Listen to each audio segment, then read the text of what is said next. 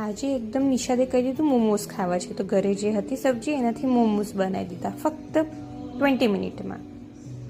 મેદો લઈ લઈશું. પહેલાં તેને સોફ્ટ ડો બનાવી દઈશું, આપણે બાંધી દઈશું મીઠું અને પાણી રેડીને.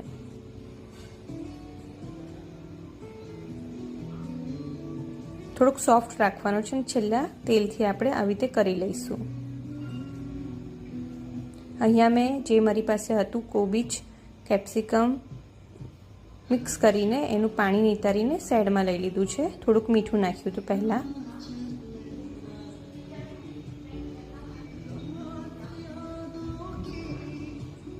હવે તેમાં ઓરિગેનો નાખીશું થોડોક.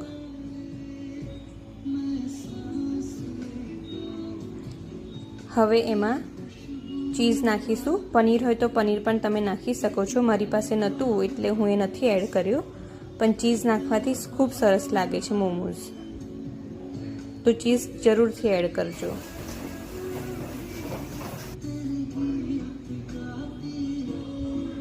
હવે આપણે નાની નાની પૂરી જેવું વણી લઈશું અને એમાં જે આપણે સ્ટફિંગ બનાવ્યું છે એ એડ કરીશું.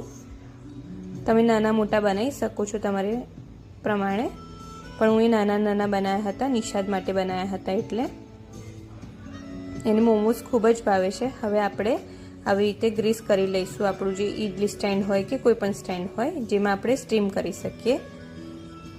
પછી હું એ આવી રીતે બધા જ એક એક કરીને મૂકી દેવાના.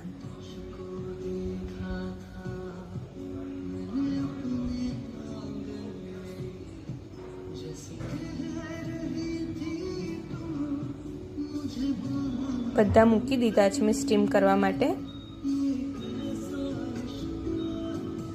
મીડિયમ ગેસ પર કરવાના છે આપણે. બસ ફક્ત 10 મિનિટમાં આપણા મોમોઝ રેડી થઈ ગયા.